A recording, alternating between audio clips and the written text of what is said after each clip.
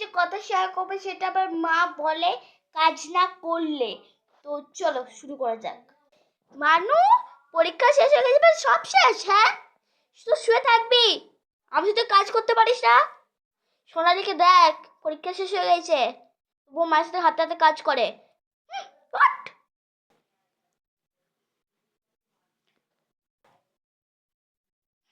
কি হয়েছে নাকি?